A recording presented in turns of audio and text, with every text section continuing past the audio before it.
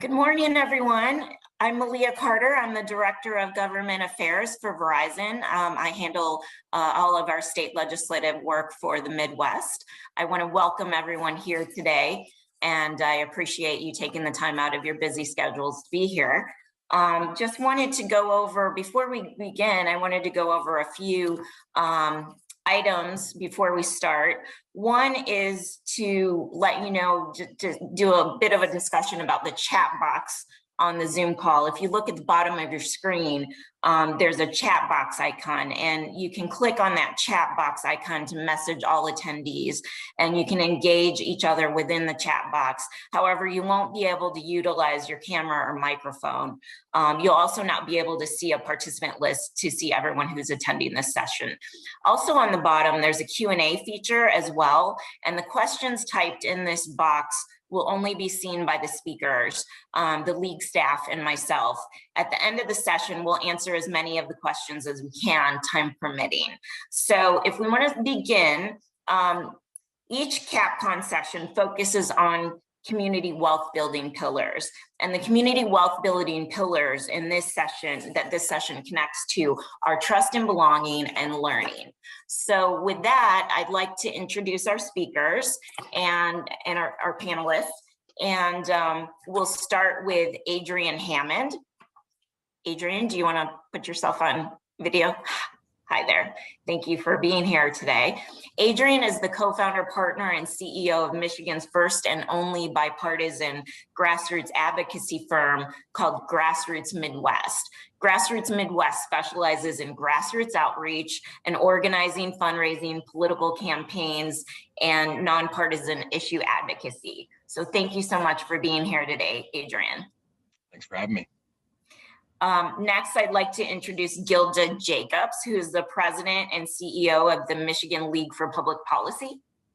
Gilda has served as president and CEO of the Michigan League for Public Policy since 2011, following a 30-year career in public service at the local, county, and state levels. Gilda has won numerous awards for her work and was inducted into the Michigan Women's Hall of Fame in 2019. She served in the state Senate for 8 years, after serving 2 terms in the Michigan House of Representatives, where she made history as the first woman floor leader in either chamber of the legislature. And prior to serving in the legislature, she served as an Oakland County Commissioner and a Huntington Woods City Commissioner. So thank you for being here today. You know, considering that it's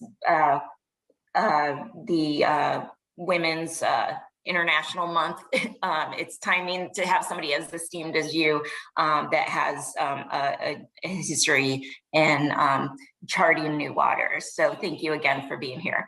Happy to be here. Next, I would like to introduce John Sellek.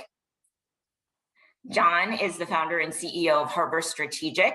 John which is a Michigan-based public affairs and PR firm with offices in Lansing and Southeast Michigan. Using experiences gained from working for 2 Michigan speakers of the House and a governor's policy shop, 2 states attorneys general, and on several presidential and gubernatorial campaigns, John helps his clients navigate the intersection of policy, politics, and media. So thank you so much for being here today, John. Sure, thanks for having me. So let's start with Adrienne. Adrienne, do you want to go ahead and start off? Sure, yeah, thanks a lot for having me. You know, when Chris originally reached out to us about doing this, you know, I started thinking about, you know, sort of 21st century capacity building for local government folks.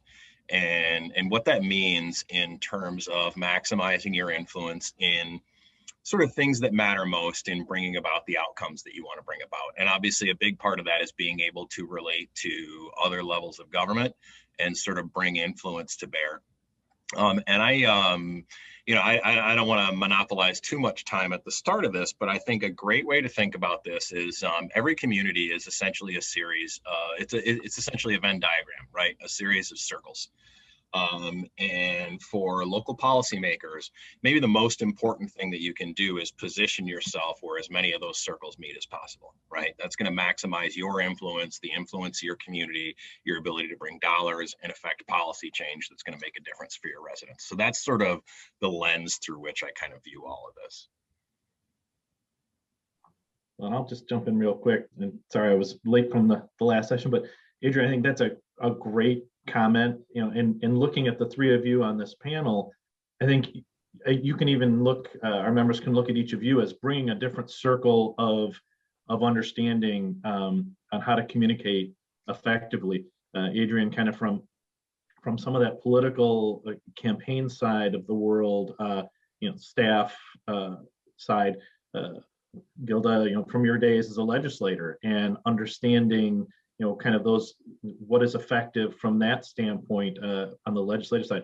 And John, my favorite, from that PR standpoint, from that pure communication standpoint, how can officials in each community talk about important issues, sometimes really tough issues or issues that aren't necessarily attractive to their residents or the public, like a millage question or things like that. How can you effectively communicate on those? And I think that's, like I said, each of you brings a different perspective. I think is really important for our audience to hear about today. Sure, I would make the argument when I thought about this, since we talked with Chris, and I have to make sure I say something really different than Adrian at all times, so we can pretend to be on warring opposite sides at all times. That for people at least our age, that old saying that all politics is local really is going away. It's not true to a large extent anymore. And that's because what you see, the nationalization of all politics all the way down, at least to the legislative level, is already taking place. And we can certainly make arguments that the fights that we're seeing even in the last 2 weeks in the legislature are there in the way that they're framed messaging wise because of what's been going on in the last 4 years. And really, don't fool yourself, it's been going on slowly but steadily probably since President Obama was in office. It's accentuated and sped up by social media and digital advertising, but it's happening. But I'm also going to make an argument today that you don't get away that easily, that you have to still carve out your own politics is local. And I'll quickly just go over 2 ways I think that has to still happen.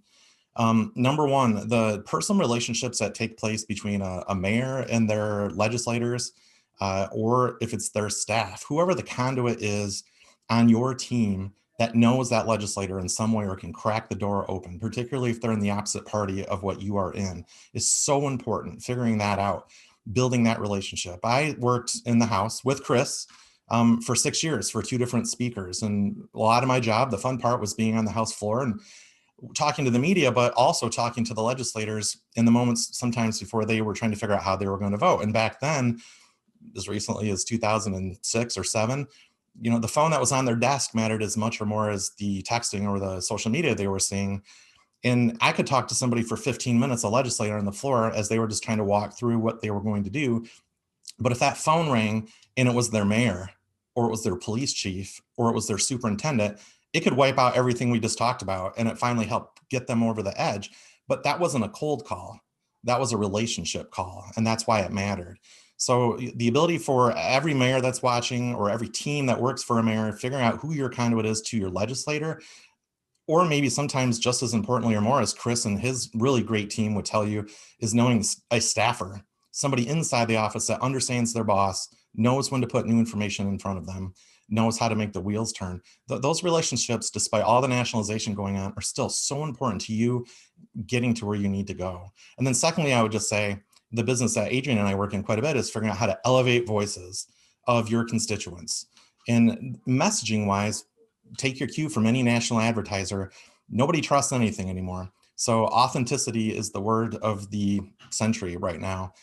Finding actual constituents that have a story to tell, whether it's a student that's struggling, or a parent, or a healthcare issue, or a small business owner, whatever it is, your ability to bring those people to your legislators can make a huge difference in pushing your issue. Because as much as we like to say fundraising is a currency at the Capitol, stories are a currency. It allows a legislator to understand something better, but allows them to go around and talk to their fellow colleagues and either explain why they're going a certain direction that is benefiting you, or why they can actually advocate for some others to join them, because they can say, you got to hear about this story about this person, this mom, this daughter, this business owner in my district.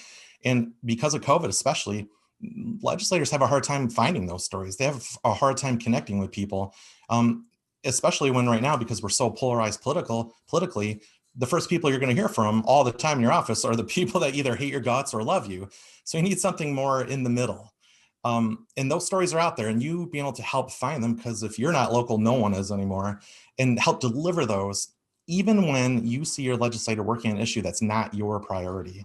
That's sometimes when you're going to build the most currency or chits with those people, is when you're able to assist a legislator and their staff to accomplish something that may not be your top priority, but when it comes time for your top priority, you'll have helped them out.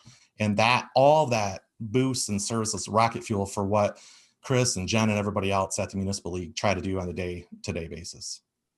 So John took my talking points. I'm glad I jumped in first, first. John, laying things out. But I think from my vantage point, both as a former local official and a former state official, what John, and then now as a registered lobbyist for my organization, the relationships that both John and Adrian were talking about are so key to everything that goes on, not only in Lansing, but also at the federal level. And if there's like one takeaway that I would hope folks would have, it's one of building those relationships. I used to be on the floor, and if a vote was coming up, I had on speed dial, my city managers or my school superintendents or the mayors who were going to be affected by the vote that I was going to be taking in a few minutes. And not only could they call me, but I would call them. And I have to tell you, there's a lot of currency in being able to do that from the legislator's standpoint, to know who's going to be a good resource and a trusted voice in the community. And the other thing that I wanted to mention, two other important things. So one is that the bench is being created at the local level to run for state office often, or other offices. So it's like super important, if you even have other political goals, to really understand what that system is all about, because you may decide, heck, I don't like what's going on in Lansing. I could do a better job for the people that I'm serving right now as a mayor or as a city commissioner, and may decide that they want to run for office. And I think that that's always a really good thing, when people are inspired to be in office, to be able to serve their constituents in other ways. And as legislators try to figure out how they're going to vote, often city officials may actually be part of a coalition on a certain issue. And the coalition building is really important, because collective voice has so much sway, quite honestly, in Lansing. And at the end of the day, even though we think that political ideological philosophies are behind often a lot of the voting that is happening, we also know that people want to get elected, and they want to be nice to, they want to show their constituents, the people in their communities, that they're listening and that they care about them. And sometimes that, and it should, hold more sway than the political ideologues that often are pressing that red or green button. Hilda, you raised a good point about political ideology and how we're kind of in this era where people make votes based on their ideology, whereas if you look back 30 years ago, you probably had more ability for folks to work across the aisle. Given that, in your experience, and I'll open this up to the other members of the panel, we're seeing things that traditionally were not political become political, like healthcare, things that, seem to be stable issues that people could come together now, are now becoming political hot buttons. So given that, in your experience, what are some of the most effective ways to craft your message to build support when we are in those types of, ideologue environments? Yeah, it's tough. There's no doubt about that, because the league is an organization that puts out data, and that should be driving decisions. And often nobody's paying attention to the data, but the personal stories that John was alluding to, combined with the data, sometimes, not always, can break through the ideology, and you would hope that it would. Those personal stories about people in their districts, there's so much to be said for them hearing that, to really bring it home.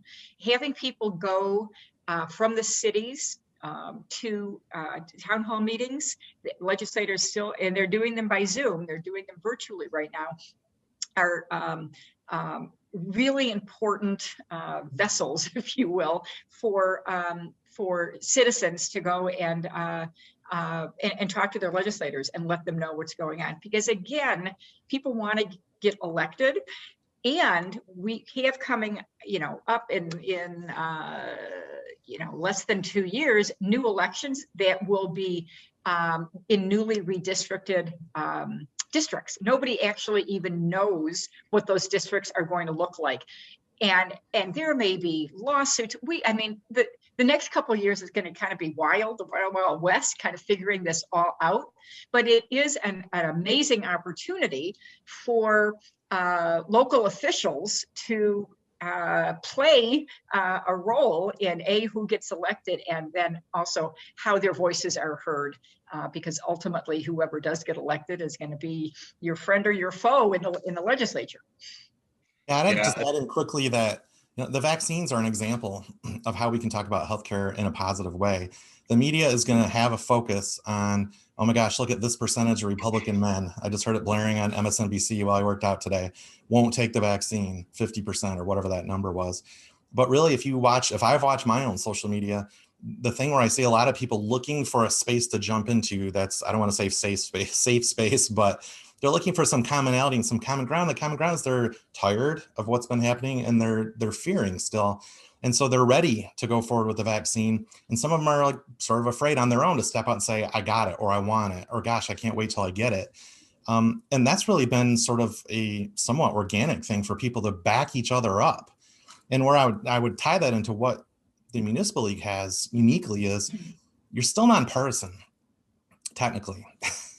And I would hold on to that with both hands. Once that's gone, it's gone. So having that nonpartisan angle, even though everybody locally might know, which angle you go to or whatever, is really important because it allows you to step into a broader zone and talk about healthcare. I mean, healthcare has been hijacked nationally. Billions of dollars of ads have been run saying that, Congressman X is going to have someone die, or Congressman Y is going to save their lives, just vote them in. And unfortunately, too much of our politics has been boiled down to those bite-sized nuggets. But keeping that bipartisanship in hand at all times, I see other examples of it on social media I see it but with some legislators, but I see it a lot too at the city level. My wife, I have to give that part out. She's the executive director at Conference of Western Wayne. I've got local government in this year all the time. A lot of city officials are using their social media in a really positive way to make an open conversation, not a boom. My former coworker, Luke Londo, just got appointed at the Hazel Park City Council. He does a fabulous job on social media, opening conversations and just letting them go and not taking the bait when somebody goes off. Sorry, Adrian, go ahead. No, that's great. And it sort of dovetails with, I guess I'd say the four things that I think, there's sort of challenges, but there are also opportunities in the current sort of environment for local policymakers. And I think really things that you need to keep in mind as you're trying to influence politics and policy, right? The first one, and some of these are very basic, they're not new. Some of them are kind of new twists on old things that we were taught in school, right? The first one is show, don't tell. right? You can tell people all the sort of facts and figures and statistics that you want, and those can be correct. But if you don't show them, they're not going to make a connection with that. And I think that's true whether you're talking to lawmakers, whether you're asking voters to approve a millage, regardless of what you're trying to communicate about, don't just tell them, show them. Use pictures, paint a picture in their mind, whatever that is. But that sort of leads into the next thing, right? Which in our current era, certainly emotions trump facts. I don't like that. I'm a huge nerd. I enjoy packing my brain with facts and figures, but the fact is that emotions matter more than facts when you're trying to convince people. And so you need to think about that when you're telling stories, right? When you're trying to make your point with policymakers, with voters, you have to appeal to their emotions. And not just appeal to their emotions, but you have to think about, where does the emotion that I'm appealing to lead, right? Anger leads to no. If you're trying to stop something, anger's great, make people angry. But just understand that if you make people angry, that's the road that leads to no. If you make people sympathetic, that's the road that leads to yes. Or a road that leads to yes. There are a lot of roads to yes, it's politics. But you got to think about, what emotions are you appealing to, and where does that road lead? The other thing, and John's exactly right about the nonpartisan nature of the league and of local government. Strange bedfellows make good messages. It's a fact. If you can get someone who's ultra conservative and someone who's ultra liberal to talk about an issue together in support of that issue, that's a really powerful message. But in order to do that, and this is something that I think we've kind of lost track of, frankly, in our politics nationally and at the local level, motivations don't actually matter, right? If you get to the same place as someone who is your ideological opponent, then their motivations for getting there don't matter. You have to be able to take yes for an answer. And if you can motivate someone who is not of your political tribe, or who is on the opposite side of most issues from you, to take action with you, you got to be willing to say yes and not question their motivations for how they got there, because that's poisonous to cooperation. Yeah, a perfect example of what Adrian is talking about was the package of criminal justice bills that were passed in the last last couple of years. It's a perfect example of very conservative and very liberal individuals and organizations coming together, and same with the legislature, for very, very different reasons. And it didn't make any difference. And some really landmark legislation was passed, and there's a few other things that weren't handled that are being handled right now.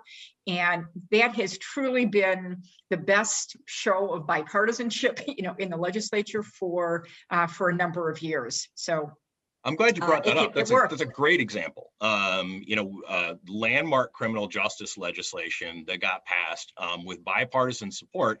I was glad to be able to work on some of that. Our firm was, and yeah, it was the darndest thing, right? We were working with organizations that were receiving grant funding in the same organization from George Soros and the Open Society Foundation and the Koch brothers. Yep. And surprise, surprise, that issue got done. Yep. It did. Another, big thing was raise the age, which was changing the legislative jurisdiction for 17-year-olds versus 18-year-olds. Again, there was a collaborative, a coalition that was built with dozens of organizations, and it was amazing that passed. And it's just like, again, landmark for youth. Landmark legislation for youth in the system. Keeping in mind the system. Actually, you even saw companies like Verizon supporting that legislation, and obviously, we don't have a stake in that game, but it was just the right thing to do. So, yeah. And you raised a good point about emotions driving a lot of what people do and how people react, and I think, given that we're in this era of toxic politics, sometimes there can be a lot of skepticism and a lack of trust between federal and state elected officials and the public, and that makes governing an extreme challenge. So what are the steps that can be taken at the local level to address the fatigue being experienced on many sides and to begin restoring that sense of trust that is critical to making progress? And also, how can we appeal to common interests and similarity over those known differences? And I think you gave some examples here with the criminal justice reform package and others, but just in general, I'd like to throw it out there, and some suggestions on how we can do better in that area. Yeah, I mean, I'll go first. I think some of it starts with, I mentioned the thing about motivations not mattering. I think that it has to start with that, right? You have to you have to be willing to reach out to people whose motivations are not your own motivations, and be okay with that. I think some of this too, for local government officials, especially, there's a responsibility, right? The level of government that you work at is much closer to people's lives than the federal government. And let's be clear, most of this toxicity is flowing down from national politics, right? And so you have a responsibility to communicate with the people that you serve about what local government actually does for them. And you've got to frame that in a way that keeps it away from the toxicity in national politics, right? If you're framing how you talk about issues, regardless of your own ideological predisposition on those issues, if you're framing that in the same way that national politicians talk about issues that are adjacent to that, you've already lost the opportunity for cooperation. That's not what they do at the national level right now, and you shouldn't model that behavior. Right. That's one of the things I'd say, hold on with both hands to your nonpartisanship.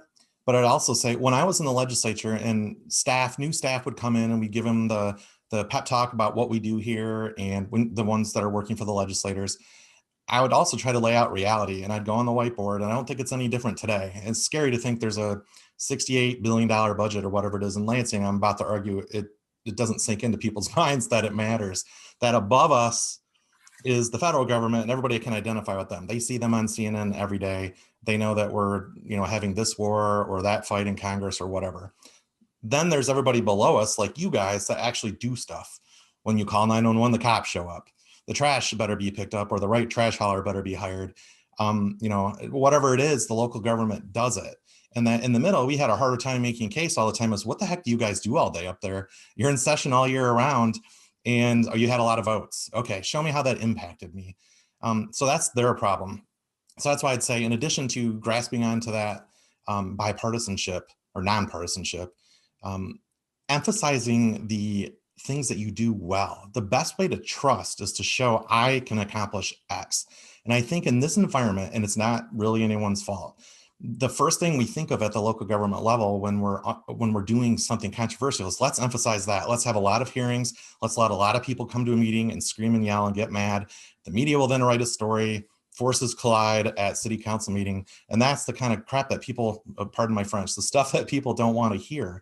So we can't forget to emphasize the good things that you're doing, even if it seems small. You got to remind them all the time, here's the things that we accomplished this year. Here's what program's working better, and emphasize the positive. Even though we've been taught this lesson that if we don't thoroughly vet and just let certain issues get torn to shreds in public, that somehow we did it under cover of night. That's a lesson we've all learned the hard way. We need to flip back and also remember that we're pushing the positive. That's how you establish that trust, and that same level of trust can be tied to your legislator, even if they're in the opposite party of you, because at some point, criminal justice was an example put out of something that everybody could jump onto. There are going to be some other issues that if you pay attention to your legislator, you'll figure out what is their pet thing, or what is the thing they're really interested in. It may not be your priority number one, but you may be able to do something to help them. You may be able to deliver some constituents or something to their committee hearing for their bill, or give them some meetings they didn't have, and use those positive things to build trust with them in particular, in addition to the things we talked about with the public. Even providing space for them to have a town hall meeting in one of your buildings. It's not partisan, and it really will inure you to them, because then they don't have to go around trying to scramble to find a place. Right. A simple thing. One of the things I know that, this new world, and one of you guys mentioned, John mentioned it with the Instagram account, social media has become become the new way to communicate. It used to be, I mean, the league has a magazine, but now our Instagram and Twitter and Facebook are so much more important than that. Communities will issue newsletters, or they'll have, they have their community access cable channels, but social media has become kind of the forefront of communicating. What do you suggest for local governments as they're communicating, not necessarily with the legislature, but with their own residents about key issues? How can they effectively use their social media, and should they, and how should they be using it? Yeah, I'd say the first thing is don't rely on social media too much, right? There is now an ample body of social psychology research that'll tell you that there's some poison built into that mode of communication. So you can use social media. You should use social media. There's an expectation that you'll use social media. But if that's the only way that you're communicating with your residents, you're already in trouble. I think that this is actually a place where some local governments really miss some opportunities here that are, again, always caused by challenges, right? The dying newspaper industry actually provides a great opportunity for local government officials to communicate with the people that they serve that they don't take advantage of enough. It turns out that if you still have a local newspaper, they are desert thirsty for content right now. And yet so few local government officials actually just spam them with press releases. You know what? They're going to run it. They need copy. So I think that there are ways that local governments should be communicating with the people that they serve that have suffered a little bit because social media is easy, right? All you got to do is type it out. Maybe somebody throws together a little graphic design in Canva, and then out the door it goes. Graphic design, social media seems really easy, right? You just pump them out, but like you're communicating with a subset of the people that you serve. And you're also, you're looking for an argument, right? You're not just putting information out there for people to consume and to consider, you're putting it out into the arena for people to fight about it before it's even soup sometimes. So I think that, social media is a vital tool. You have to use it, but local governments rely on it way too much in my view.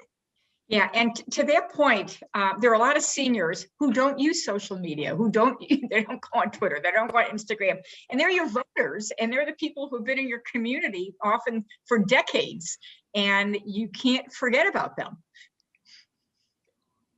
Right. My mom wonders what I do all day. People wonder what the legislature is doing. She's like, Twitter, what is that? What are you doing? I would just amend or append. Adrian always lays it on really easy and comfortable. He's like, stop screwing up. I just got to jab him whenever I can. An additional thing I would recommend, if you are relying on social media to some extent, which you should be to some extent, we talked about authenticity. I can't even say it. Authenticity. I'm being punished for making fun of Adrian right now. I just got my revenge. All right. So anyway, a real person needs to be on there. That's what I'm trying to say. So it's really nice that it says, city of X, today is garbage day, or today is the day that we inoculated 100,000 people. But those that are the most effective, like I mentioned Luke's earlier, are the ones that are real people, and they will engage in some conversation. It actually creates some defenders for you at times, which is nice. I mean, that poison is built in, like Adrian said, but the more often it's possible that the mayor or some key members of the city council actually are ready to be engaged regularly over the course of a day to answer those questions in real time, to tamp down when craziness or misinformation is popping across the screen. That's really important. So as a team for your city, figuring out who it is on that team, sometimes it's not the mayor. That's just, they don't have the time for it. It's not their personality. Sometimes it's a particular city council, or a few of them are a team, and they communicate and work together with the city comms team. I think that's really important to try to make sure you're working that authentic person part into the messaging, so it doesn't just seem like a generic bureaucrat screen in front of what's really going on. Great. So I know each of you on this panel have been lobbied on an issue at some point in your career, and we've talked a little bit about what to do, but sometimes it's best to know what not to do. Do you have any stories or advice that would help us understand what to avoid when trying to problem solve? So Gilda, why don't you go first? You got the most experience with this. So if you know that a legislator either is, if you know that a legislator is on your side on an issue, okay, instead of asking hundreds of people to send out emails, it's going to put a lot of pressure on that staff to where you're trying to tell that legislator, we want you to vote this way, but you already know they're going to vote this way, that is your way. Better to send a note. Thank you to the legislator. Thank you for supporting us on this, and actually not inundating their office with hundreds of emails or letters. I found that to be, unfortunately, sometimes a burden for for my staff, but I love being able to get a letter or a note saying thank you for being on our side. Often, and somebody mentioned this on the panel today, we always want to beat up that legislator for not doing the right thing. You often don't hear a thank you for all of the work that you're doing. So I would say, thank them for being good. I always say, I'd like to, even in my work now, I think back, like when I was raising my kids, I always wanted to, raise them up when they were being good, pat them on the head, and not always yelling at them when I didn't like what they were doing. And I think that's how you build relationships also with the legislature. Let them know that you appreciate it when they're doing what you want them to do.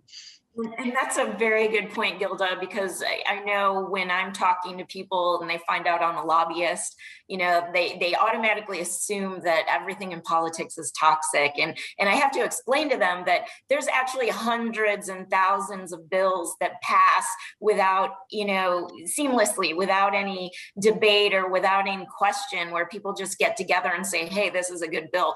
And sometimes it's hard for people to understand that. Yeah, I think that's right. And I think, so Gilda sort of identified something as well, both, using positivity with people when they're doing what you want them to do, right? Giving them a pat on the back. But also, I think it's important to think about, how you're interacting with these people, like what methods you're using. I'm a big fan of cheesy similes and metaphors. So I compare politics essentially to Maslow's hierarchy of human needs, right? But it's like a hierarchy of how you touch people. And right up at the very top is face-to-face, right? I always joke that politics hasn't changed that much since the ancient Greeks. You want something from somebody, walk up to them and shake their hand and ask them for it. It's the most effective way to do it. Obviously, there are some limitations to that these days, especially the handshaking part, I guess. But you sort of start at the top, right? Where I'm going to walk up to you and I'm going to ask you to do what I want. That's obviously not always possible, even in the best of circumstances. You can have a conversation with someone on the telephone. They can at least hear your voice, right? Or over Zoom, maybe they can hear your voice and they can see you. The more personal that method of contact is, whether you're delivering a positive message or a negative message, the more impactful it's going to be, right? If you're standing in front of somebody when you say something to them, that has more of an impact than if you send them a form email, right? Oh, you need to vote for this piece of legislation. Well, okay, that doesn't have no impact, right? As Gilda pointed out, a lawmaker's staff is going to read those emails, or they're at least going to count how many of the same form email they got. And they're going to tell their boss at the end of the day, oh, damn, we got 1,020 of these exact same emails. People care about this. But that's not as impactful as, the woman who owns the auto dealership in town calling Gilda up and saying, hey, this is really important, and I really appreciate if you could vote for this. That's going to have a lot more of an impact.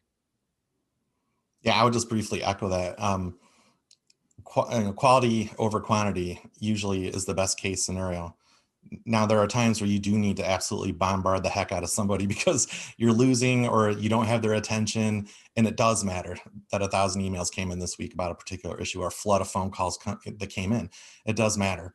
But focusing on the quality, and it's people in Lansing will try and look to you guys and gals and say, you're the ones talking to people the most closely to the ground. Hopefully you're the ones that have some of these quality stories, real stories, that we can carry back to the legislators and they can use as those examples. One of the things that, Gilda, you mentioned this earlier, talking about coalitions, and in your current role, you're an advocacy organization running just like the municipal league is. How important is coalition building in in delivering a message, either again on a local issue or on a state legislative issue. Yeah, honestly, Chris, it's huge. That collective voice is huge, and it really people really do pay attention to it. It's interesting. We were talking about raise the age, and I was trying to figure out who was on that coalition, and there are like dozens of logos on, on their sheet that represents thousands and 10,000s of people out in the state who cared about this. So not only it's the numbers that count, but also, as we spoke before, it's a drawing from a wide pool of interests and political ideology. And I think, again, Raise Age was the perfect example to be able to go to the legislature and they needed to work out issues with the counties, and it took a while to do that, but they were able to do that and bring the counties on board. So the perfect example. There was another coalition. Actually, the very first year I started, my job was when Governor Snyder started, and he was reforming taxes and tax credits. And as part of what he wanted to do, what he did do was reduce the earned income tax credit from 20% of the federal EITC to 6%. Now, this is how politics sometimes works. As a lobbying organization that cared about low-income people, I would say advocacy organization, okay. This was a win for us. Why was this a win? It was reduced like 14%, was because we were able, through our coalition building, and we had the Michigan, the Catholic Conference, all the United Ways, CEDAM, lots of different organizations that were at the table. We were able to keep the earned income tax credit bill, or law, I should say, policy on the books. We didn't get rid of it altogether. Opening up the opportunity for sometime in the future to be able to go and raise it again. So fast forward to today's world, we have a governor whose anti-poverty agenda actually has restoration of the earned income tax credit. Not today, but it's part of her overall anti-poverty strategy. And had we not suffered that massive cut, but still were able to keep that bill alive, that law alive, then we wouldn't have the opportunity years later to try to rectify it. So, sometimes, we'll say, well, what does a win look like? Sometimes a win is very odd. It's a unicorn, to be honest with you. And I think the EITC is a perfect example of that. Yeah, the coalition building from my perspective is ultimately that's all politics is, right? Politics is a game of addition if you want to win, and that's what building coalitions are all about. At a worst case scenario level, getting someone to join your coalition is the functional equivalent of an endorsement for a campaign, for a millage, for a bond, whatever. It's an endorsement. That's the worst case scenario. You might be able to get them to do more. They may donate staff time or money, or be willing to do media appearances or any number of other useful things. But at a baseline level, it's an endorsement, right? So a little bit of a trade secret when we it's not a secret at all. When we run a millage campaign or a bond campaign, or we run a campaign for a candidate, every single time there's one mail piece that everybody always gets, right? And it's some variation of people you trust support X, right? They support this bond, they support this millage, they support this candidate for a state representative. People you trust support X. That's what coalitions are all about, right? You, especially the bigger and bigger and bigger an issue is, a piece of geography is, a state is, the less and less likely it is that you're going to be able to touch every individual yourself, or that your particular message and brand is going to resonate with everyone that it needs to. So you need to add those coalition partners, because those are people that other people trust. Might not be who you trust or your family trusts, but other people trust them. And that's It's what the political scientist William Riker used to call a heuristic, right? That person supports this, so it's fine. I don't have to think about it anymore. Right. The best thing about going third is being able to say that the two people before you had everything right. Nice job, John. And they pretty much covered it. I sometimes will tell people that building a coalition, I mean, it's key to almost everything we do when we're working on a legislative issue or a political campaign or like a public safety millage, is instead of a rally at the Capitol where you may have 3,000 people shouting all different things or 3,000 people calling an office and kind of making up their own message, a coalition is sort of like setting up a bunch of amplifiers to one guitar. That's the same message, the same sound. It's all coming out at the same time on blast. And there, you cannot replicate their networks on your own, unless you're spending billions of dollars at a presidential level, which we're not. Being able to use them as a force multiplier, networking out into their networks is really key. Well, and John, just dovetailing right off that, you and I recently had a conversation. You were building a coalition. Mhm.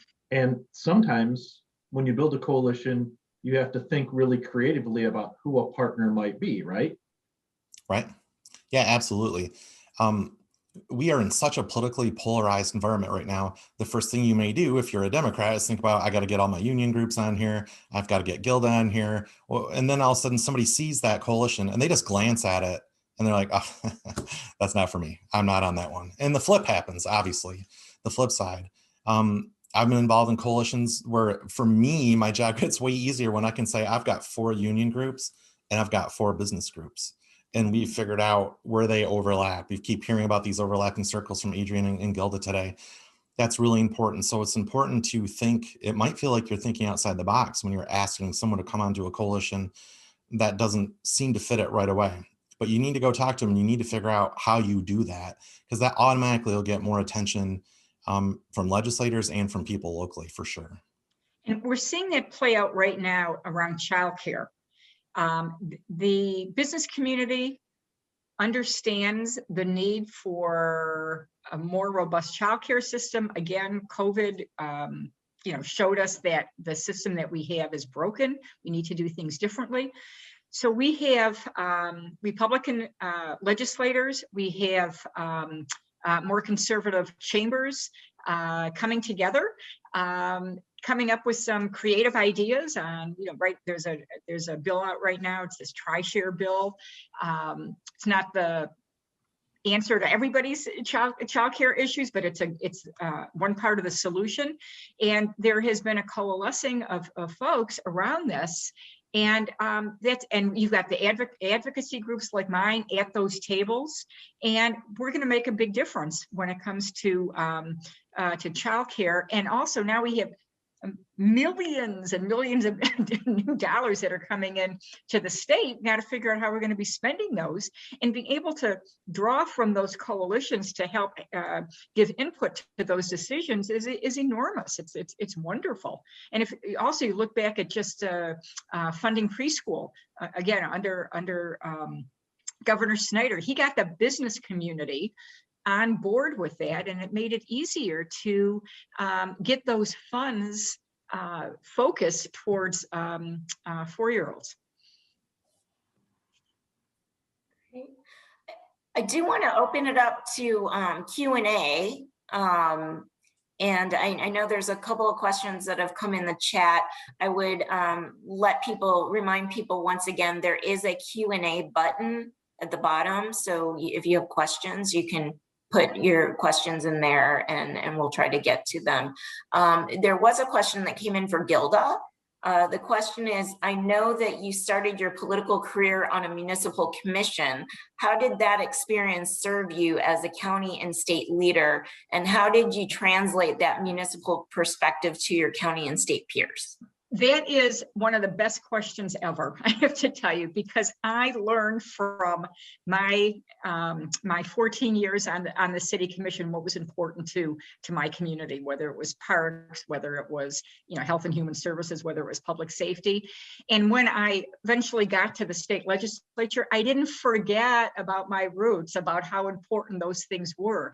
And unfortunately, fortunately and unfortunately, I talked about building a bench for legislators, and often people do come from local government and they end up in state government or at the federal level, and they forget where they came from. And they try to, say, when they're trying to appropriate money for different things, we're not going to do this at the state level. We're going to make the, the county and the state levels do it, and yet not provide them with the funds that they need to, to do their job. So I just didn't forget where I came from, to be very honest with you. And I think that we have to keep reminding our folks that are in the legislature that came from local government, remind them how difficult it was to, often balance their budgets, and that they have to remember that. I have a question. I know there were some questions for John that he already answered, but so let's go back to the 80s. We had a scenario where, Ronald Reagan and Tip O'Neill could be at polar opposite, ends of the spectrum ideology, but they could still sit down and get together and create policy that worked for the American people. We've entered in, probably the last 15, 20 years, where we've entered an era where almost we see sometimes politicians being punished for working across the aisle, especially where, you have now the far left and the far right, where they may be going in to their own, Democrats or Republicans and trying to primary them out because they didn't stick with the ideology. What would your recommendation, I'll throw this out to all the members of the panel, what's your recommendation that we need to do as a society to kind of get back to the Reagan, Tip O'Neill example? Ultimately, any political system is dependent on a couple of things. First is some sort of shared understanding of why the political system exists. We don't have that right now. So I think that's sort of job one at a really baseline level. That's not something government can fix, right? People have to decide if they want to fix that or not. It's not easy. But we have to have a large majority of the country, even if they disagree politically on policy, has to have a shared understanding of what it is that we're trying to accomplish with our government. So I think that's the first thing.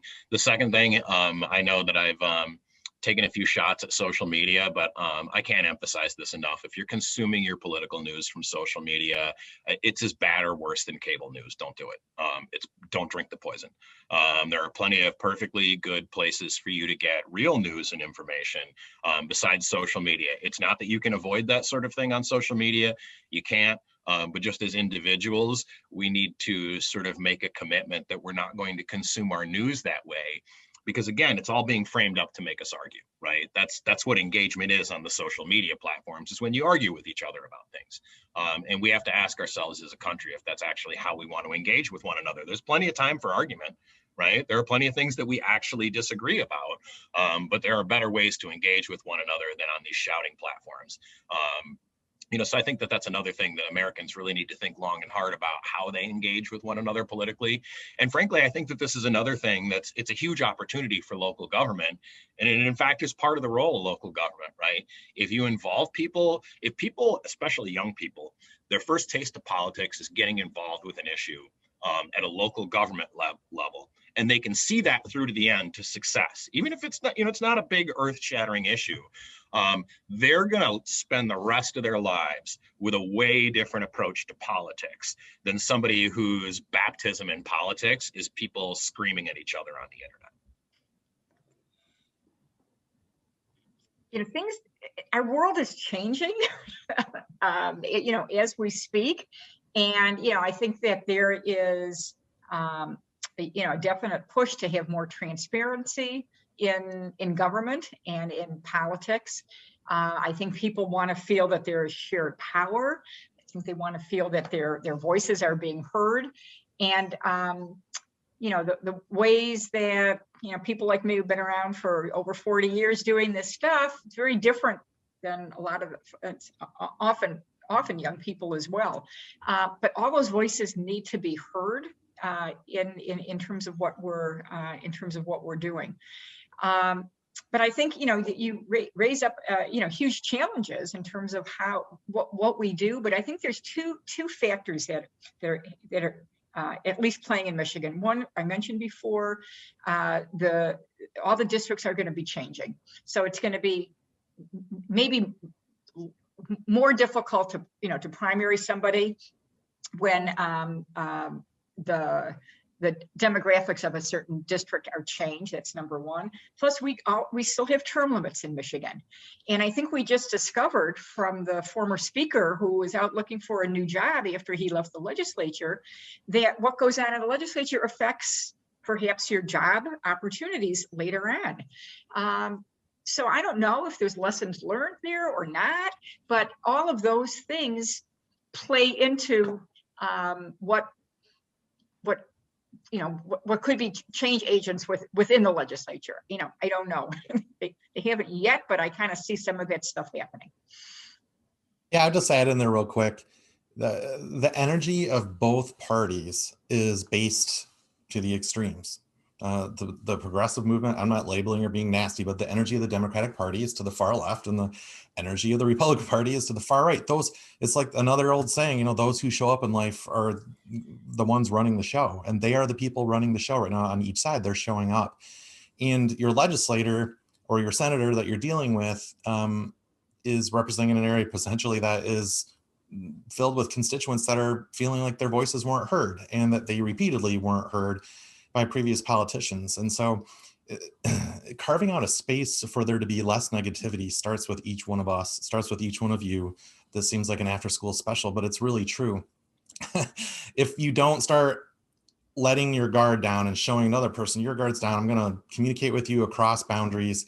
There are going to be lots of things we don't agree on. Fine. I'm not going to call you names. I'm not going to go off on you in social media because I want to live to work together another day. And those spaces start to get bigger. Like I said earlier, I've seen that happen with the vaccines. There's a lot of people agreeing with each other on my social media feed that don't usually agree. I've seen some legislators reach out on some issues and start to try to do the same thing. And so basically it involves numbers of people stepping up to do that. And we always, time on staff, and we've all worked together, the old adage, don't burn a bridge.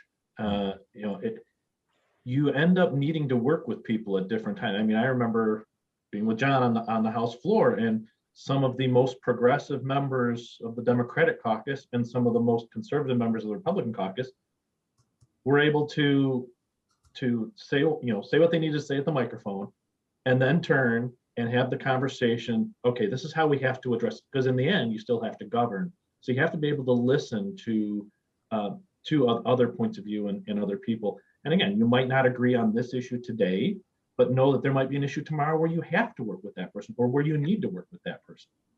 I think that's exactly right. And that's, I do take issue with one thing that John said. I think that and it goes back to what I said about social media, right? I actually think that I don't think the people who are in the parties are quite as extreme as social media and what you see on cable news would actually lead you to believe. I think that for most people, they do want to see things get done. A good example of people not actually being quite as extreme as you would think from looking at social media and cable news, right? If you follow those sources, you would think that most Democrats are, Bernie Sanders types. And yet, Democrats through a lengthy primary process nominated this Joe Biden guy, right? Who is like probably the most moderate candidate who is in the field. The example I always use, you're right. You don't want to burn bridges. You want to do the opposite, right? If you're not building bridges, you at least want to be walking across the ones that you see in front of you. The example I always use is this, right? I'm a half a black man, and so I have a weird perspective on this. But like, if you grew up and the only experience that you have of black people is what you saw of us on TV and in the movies, I totally get why you're scared of us, right? Most people who actually know any black people are not scared of us, right? Because it turns out that we're mostly not what you see on TV and in the movies. Partisan politics is like that too, right? It turns out that like the worst caricature that you have of people on the other side, that's actually not real. And if you know some people on the other side, you'll know that that's not real. Well, I'd like to thank our panelists. You know, we're at the top of the hour right now, and I'd like to thank our panelists for the great conversation. This was really insightful and interesting. So thank you for taking your time out to be here today. And I'd like to also remind the attendees to return to the session broadcast page to access their next session. So thank you so much. Thank you, guys. Really appreciate Thanks a lot. everyone. Have a great day. You too.